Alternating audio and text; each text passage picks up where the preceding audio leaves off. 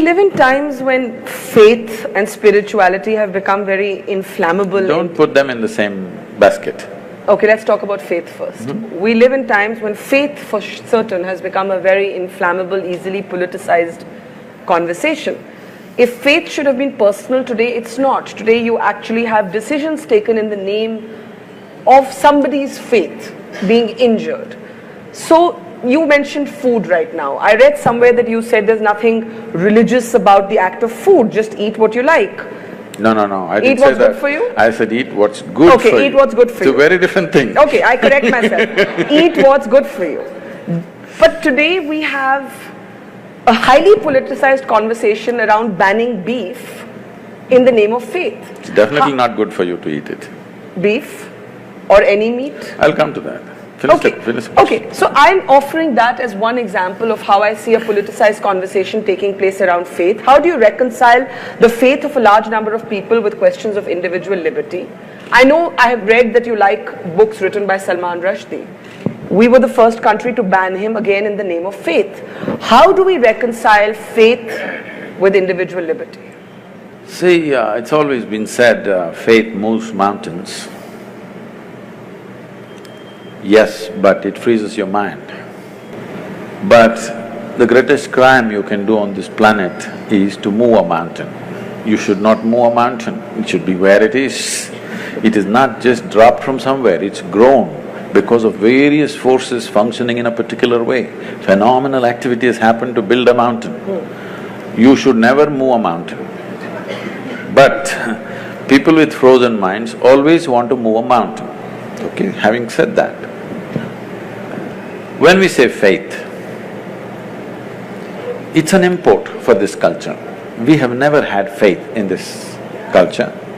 You must look back little beyond 1,000 years since we've been under occupation. Here we have been told always, your life is your karma. Karma means action. Whose action? Your action. So what we are saying is, your life is entirely your making. There is no someone sitting up there and managing this for you. This is entirely yours. But for every action that you perform, whether physical, mental, emotional, energy-wise, whatever kind of action you perform, there is bound to be a consequence. If you're ready for the consequence, do whatever. If you're going to cry about the consequence, control the action right now. Based on this, now you came to food. See, the food consumption has been looked at very carefully in this country. If you just bring this back, the world will be healthy, do you understand? Here we have identified different type of people, what they should eat. If you're doing menial jobs, how you should eat. If you're doing trading, how you should eat. If you're into spiritual process, how you should eat. If you're into education, how you should eat. Why this is each person needs a different type of building of the body.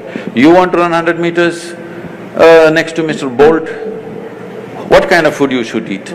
You just want to work in Delhi, what kind of food you should eat? You want to think in a certain way, what kind of food you should eat? For all these we have very clear prescriptions. Now, when it comes to food, what it means is, we are taking another life, whatever that is, it may be plant life, animal life, whatever. You're taking another life, ingesting it, and you have to make it your life. That's the whole thing. What is your life, what is that life, if you look at it? All life on this planet is coming from the earth. This body is also the same soil, this is also same soil. If there is an earthworm, that is also same soil. But see how it has become, how this has become, how that has become.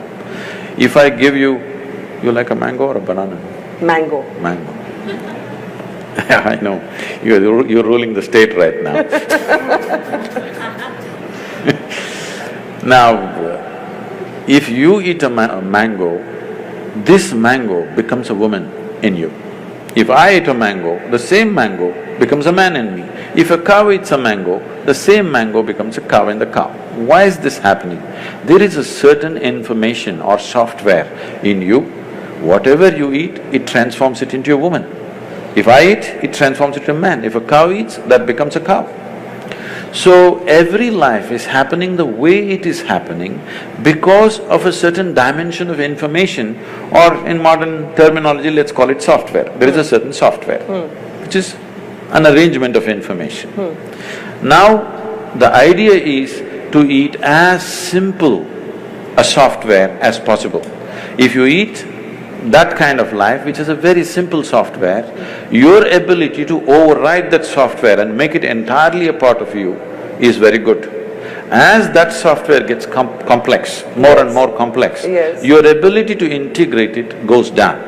So especially if it's a creature which has some sense of thought and emotion, if it has emotion, then you should not eat it. This is the understanding. An animal which has any emotion displays certain emotions, especially if it displays emotion which is near to human emotion, you should not eat it because it will not integrate itself, that animal nature will start manifesting itself. Or in other words, in India, today maybe in cities people do not know, you see in the villages, people have very intimate relationship with the cow. They have drunk the milk of that cow, their children are drinking the milk of that cow. There is a very deep relationship. If you do not know this, cow is one creature. If something happens to you and you are in some kind of grief or misery, you don't have to be near the cow. Wherever the cow is in your house, it'll start shedding tears for you. You know, I've seen this with my eyes, I couldn't believe. When somebody is dead in the house, what does the cow know? It is somewhere. Simply tears flowing. So when it has such deep emotions, if you kill it, it's like killing a human being, it's murder or it's cannibalism. So because of that, this is not a faith thing, this is not a religious thing. We thought this is a fundamental sense. Why, when we are hungry, why can't I cut you up and eat you? What's wrong? What's wrong? But what you're saying should be about many more animals than just the cow. Yes, of course. And when it becomes about only the cow, then there is certainly a perception that it is a political decision or a religious decision. No, I'm not talking about whatever the laws. This is not about people getting up and saying it's cruel to be a meat eater. That would be a different argument. I'm not even talking about cruelty. Even cutting a plant is cruel, in my experience. But you have to do it. But if you're conscious of it, you will do it to the minimum possible extent, not do it wantonly. That's the whole thing. Now about this political ban about cow slaughter or whatever, this has many things. One thing is there is a sensitivity. Once you drink milk from the cow, she's like your mother. Killing your mother and eating her up is something people cannot digest in this country. Still 80% of the people belong to that category and there's a huge emotion, such an emotion which because they've always been made to be docile in a certain way, they have not violently reacted to it. But in some places, it has happened in villages and other places. There is already a beef ban in many villages just by a norm, not by any law, that you don't bring these kind of things into the village. I am not saying you must ban it or not ban it, I am saying the sensitivities of your population, without considering, you can't go do this blatantly. Because it is growing, it's becoming a growing business. India is becoming a major exporter of beef. That's not right. Even if somebody ate something, it is up to them, it's their personal taste, whatever. But now you're promoting it and you're making it grow, there is serious concern, but our people don't express it. Our people don't go out on the street and not going to kill anybody because they killed a cow. So, ban is not what is needed, more education was needed rather than banning. But you haven't spoken to what happens when faith repeatedly seems to come into conflict with individual liberty. The banning of books. There were people killed in Paris because they were seen to have mocked, the Prophet Muhammad and so on. So where does this end? Where do we stop violence and politics in the name of religion? If you want that to stop, you must understand this. You're saying today, it's not today. In the last 2000 years, this is the history of the world. Continuously it's happening all over the world. Suicide bombers are a new phenomenon? Well, you've forgotten about the crusades and the other things which have not been reported in history. Hundreds of millions of people have been killed in the name of God, all right. It's new to us here, but even here, thousands, hundreds and thousands have been slaughtered in northern part of India just because of the faith that they belong to when the invasions happened. Nobody writes about it because we never took the pen and wrote, somebody wrote history for us the way they like it. Because all history is sponsored by kings, They wrote the history the way they want and they said they're great emperors. But what they did was absolutely terrible. So you need to understand, faith is a new thing to us.